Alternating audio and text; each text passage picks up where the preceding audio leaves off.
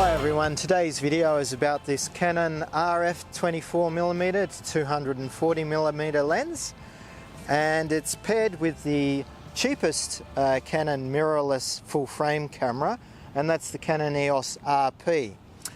I'm an Australian stock photographer based in the Netherlands, and I wanted to find out what a good replacement would be to my usual stock photography kit. That is a Canon crop body 70D with a Sigma 17 to 50mm lens, f2.8 image stabilized, and the Sigma 70 to 200mm f2.8 stabilized. So I'm going to take a number of photos and videos with this combination, and I'm going to see if it's good enough to upload to the stock agencies or the Microstock agencies, and they will decide if the image quality and video quality is good enough. And I'm going to take you guys along on the ride. So stay tuned and let's get into it.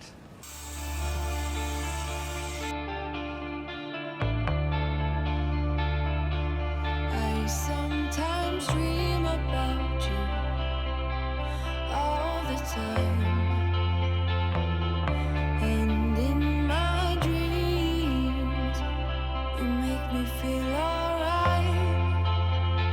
Okay, so 3 days later, and I've been using the lens pretty intensively for most of those 3 days.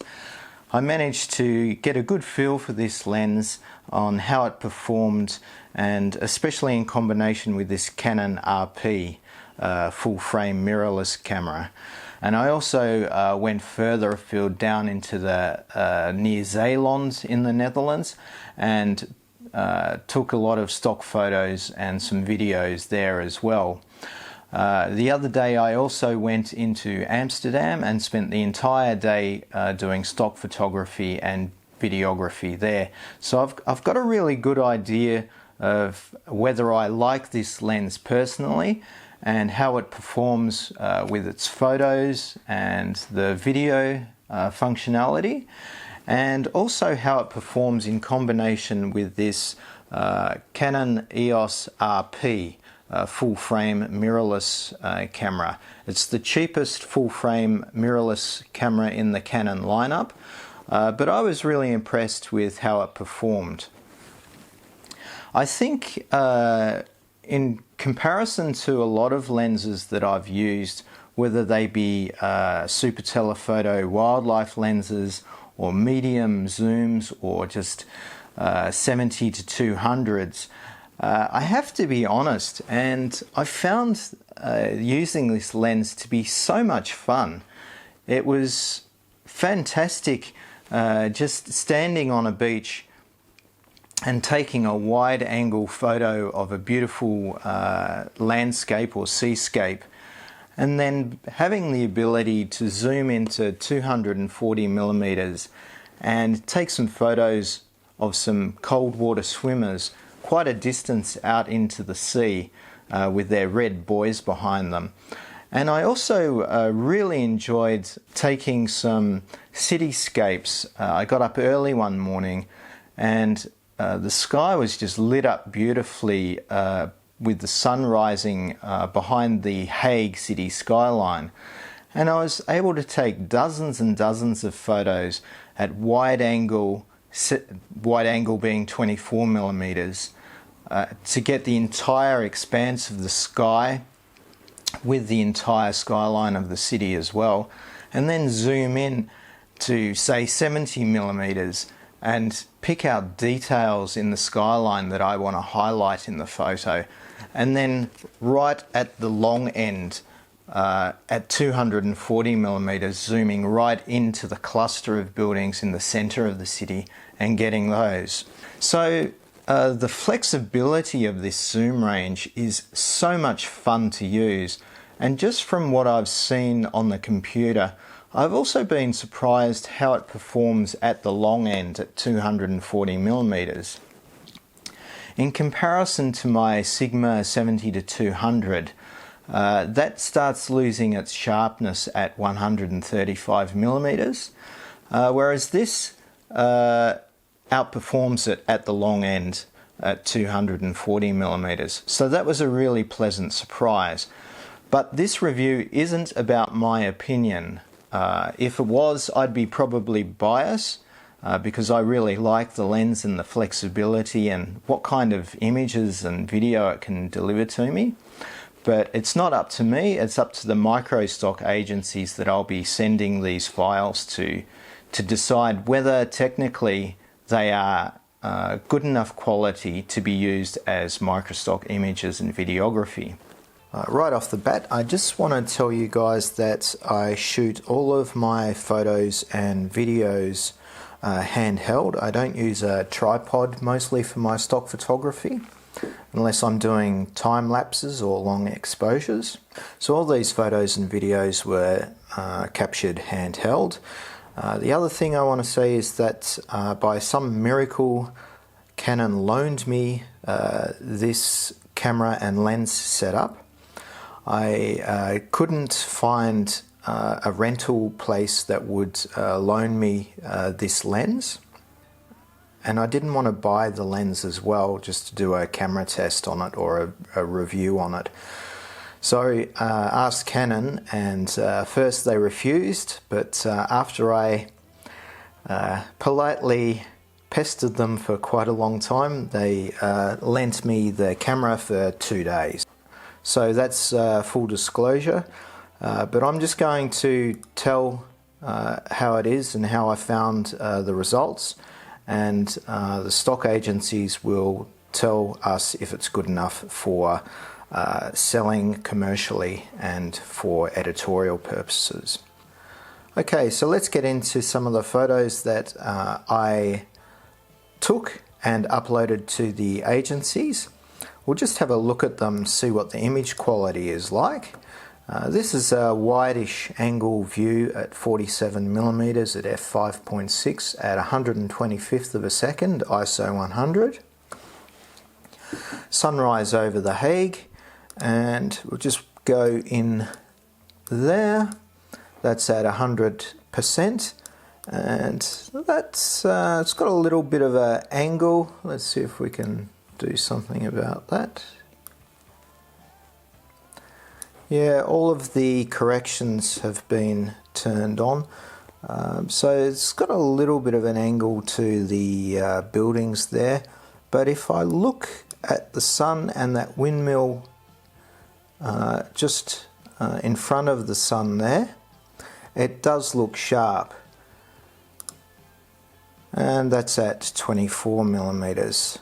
So you've got a bit of distortion here towards the edges, and I do have my distortion correction on, but I can just tighten that up a bit more, I think. Straighten it up a bit, just a bit more. Okay. So let's go to 150 millimeters now, getting towards the long end, and that is really sharp. Good contrast, good light. I have adjusted things such as highlights, shadows, but no saturation,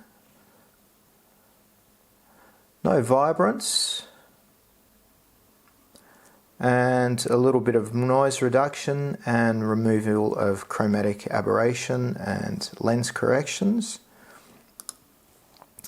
So at 150 millimeters at ISO 125 at 6.3 at 1/200th of a second, that is pretty good. So it's already outperformed my Sigma at the long end there, because the Sigma starts to go very soft at after 135 millimeters, and it doesn't matter what aperture it's on. Okay, here we are now at 240 millimeters at f6.3 at 1/320th of a second, ISO 320, and I haven't done any editing of this. Also no noise reduction or manual distortion correction, and I am very happy with the sharpness of that. The colours could be boosted.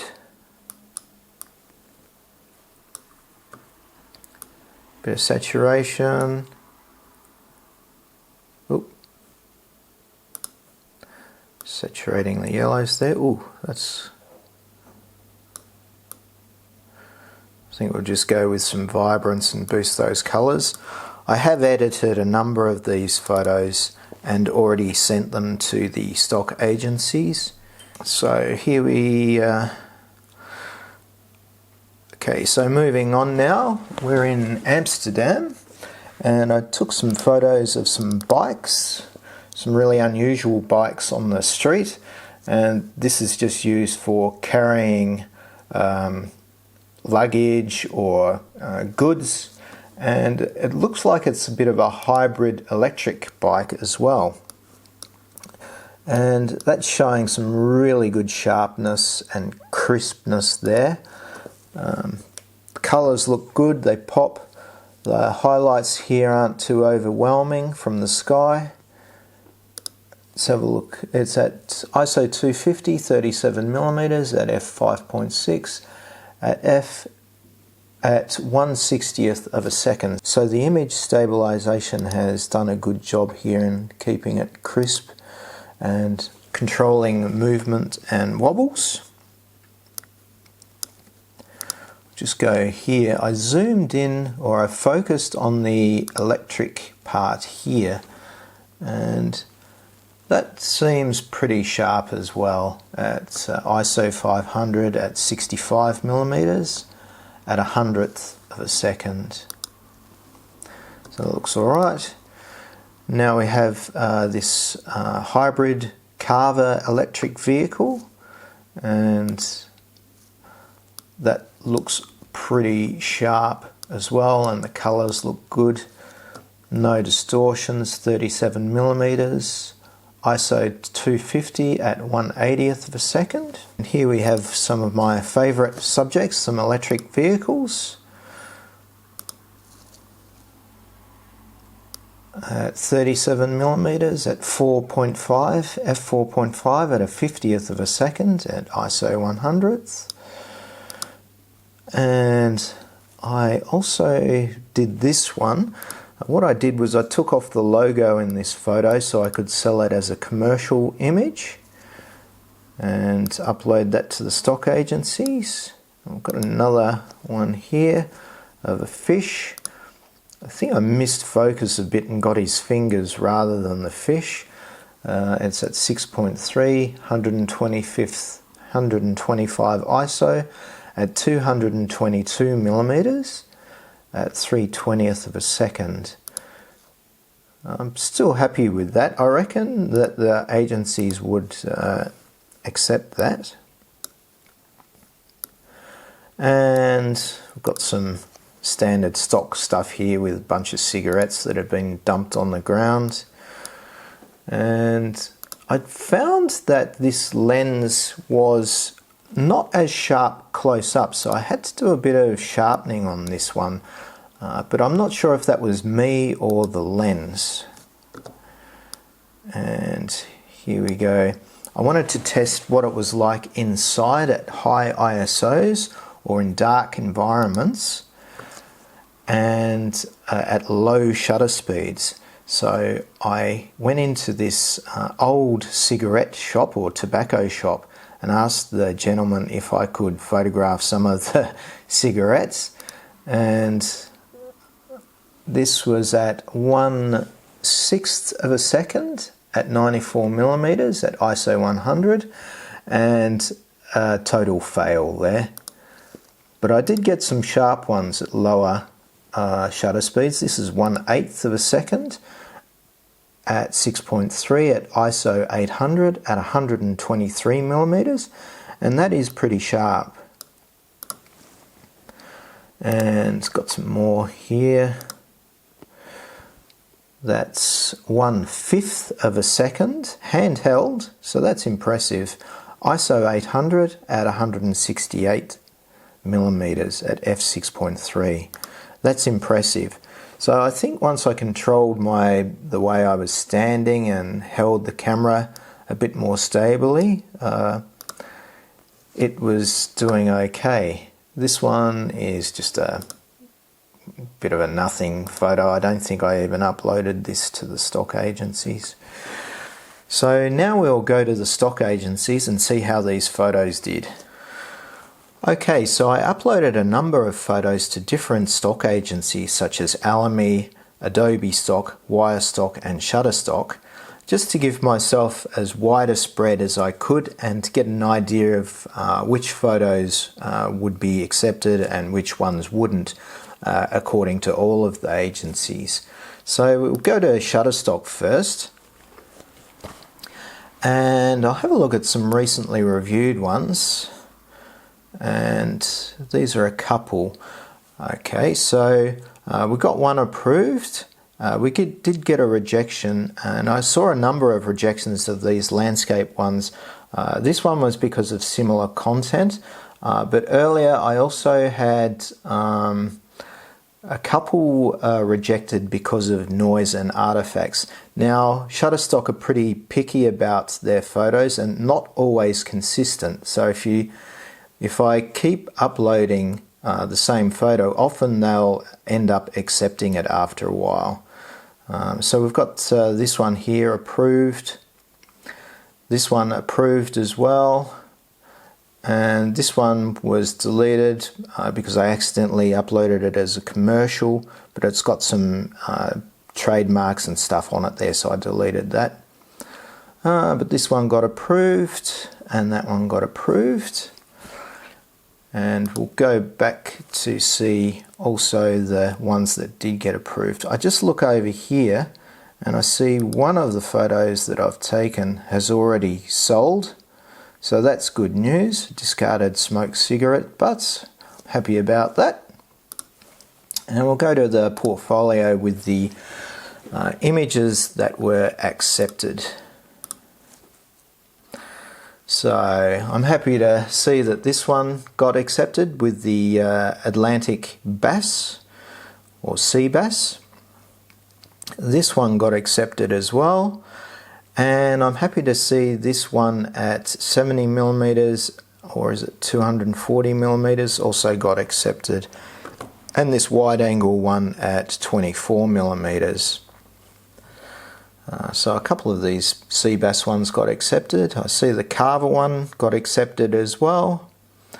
And I look further down and these cigarette ones that were taken at like 1/5 and 1/6 of a second at ISO 800, they got accepted as well. So that's a combination of the image stabilization on the lens working with the camera and the camera's ability to control the noise in these higher ISOs.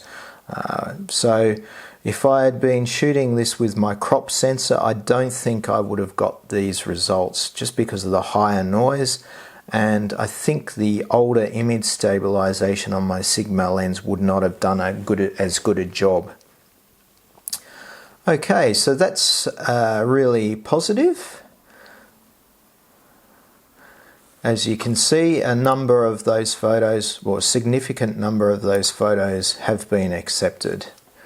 Okay, let's go to Wirestock now, and we'll go to the dashboard. And we'll go to accepted, and I see here that my pumpkin shot that I took in Zeeland has been accepted.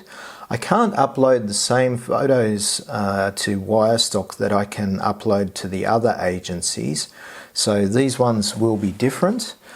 This is a nice one that I took on that morning where I focused on these bushes instead of the skyline of The Hague, and that got accepted.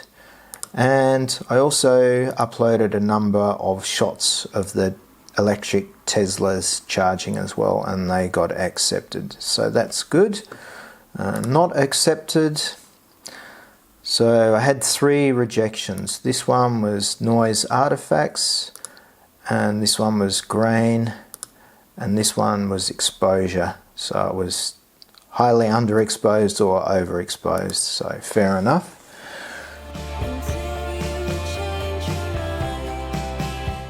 Okay, let's go to the video now, and I only uploaded 2 video files, and that was of the trains in Amsterdam when I was there, and I uploaded them to Pond 5 and Shutterstock, and as you can see, they've both been accepted to Pond 5, and both are of international trains. This one is, I'll just blow it up a bit.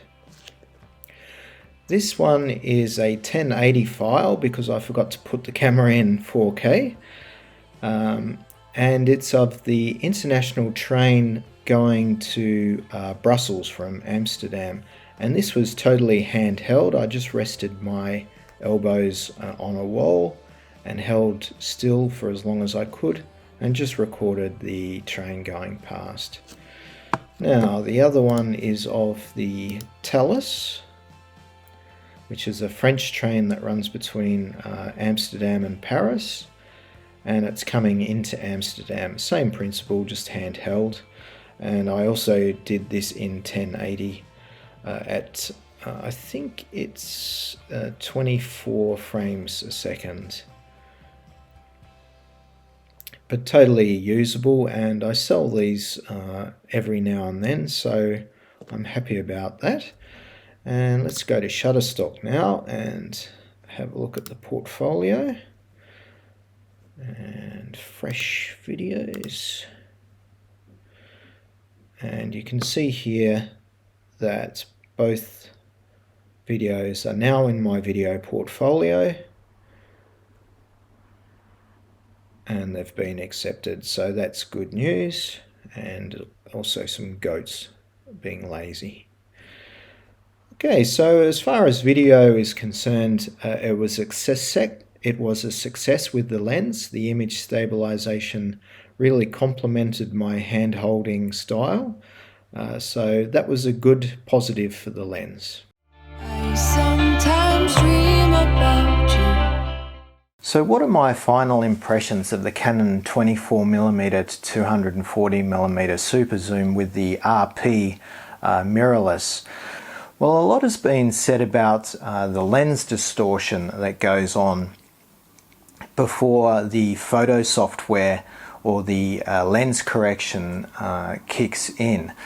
And I didn't really take that as a factor because with my software, with Lightroom, it's not a factor at all for me. So I just didn't take that into account. You know, at wide angle you get this kind of vignette on the sides, and yeah, with the software it wasn't an issue, so I didn't really want to go into that because it didn't really have any influence on my workflow. I did, however, experience when I imported the photo files, the CR3 RAW files into Lightroom, that I did notice that in those images the sides got stretched out. So I thought, is this the lens or is this just the Lightroom software? So I re-imported the photos using Lightroom Classic, and that distortion on the side, which was just looked a bit stretched on the sides, that totally went away. So that was obviously a software issue and not really to do with the lens, luckily. So that was a couple of factors, and when I imported it again into Lightroom Classic, it was totally resolved and it wasn't a problem. So as a stock photographer and videographer, would I buy this lens? Well, right now it's around the €900 mark, so in combination with a full frame mirrorless body like the RP, you're looking at upwards of €2,000 for the combination. And I don't have €2,000 to spend on that at the moment. So for the time being, I'll have to keep plugging away with my Sigma lenses and my crop body.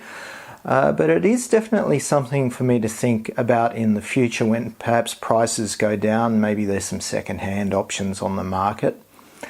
Regarding video, I only use the stabilization on the lens, and because the RP doesn't have any image stabilization, it might have some electronic stabilization, but I didn't use that. I did some tests with panning left to right to see how the stabilization worked out, and that looked okay. I also did some panning from vertical panning from up, from high to low, and that looked fine as well. Yeah, and when I was doing some video on the beach of some cold water swimmers, it was wobbling around a bit, but that was because I was being buffeted by the wind, so I couldn't really take that into account regarding a stabilization. But from all intents and purposes, the image stabilization on the lens worked really well. So from a video perspective and a photo perspective, I'm more than pleased with this lens for general stock photography. My Sigma 70-200 and 17-50 have f2.8 apertures, so you could say they're better in low light, but the image stabilization on the lens and the full frame capabilities of the RP more than compensated for that. However, if you've got fast moving subjects indoors, then the f2.8 aperture would be a lot more useful, such as maybe weddings where people are moving on the dance floor and stuff like that. But speaking of weddings, I have seen wedding photographers use the Nikon 18-300mm lens outside during weddings. So I don't see any reason why this lens couldn't be used outside for weddings as well as a general zoom. That gives you a lot of flexibility to get in close and also get the wide angle when circumstances change quickly. Yeah, so for my general stock photography, which I do without a tripod, I mix it a lot with travel photography as well. I think this lens is going to be really good for me one day if I can afford it. The Canon RP mirrorless body has a couple of things going against it, which means I probably wouldn't consider buying it for my stock photography and videography. Firstly, it doesn't have in-body image stabilization, and secondly, it doesn't do 4K at 60p, and it doesn't do 4K with autofocus. So you don't get those nice eye autofocuses when you're on 4K. So for me, I think that's a no deal, but as a general photography camera and video camera, I think it is absolutely fine, especially for the money. But for me, I think I would consider something like the R6 in the future, which I believe does 4K video at 60 frames, and it also has IBIS. Okay, well, I hope you enjoyed that review, and I hope it was interesting and helpful to you. And if you found it useful, give this video a like, and I'll see you in the next one. Bye!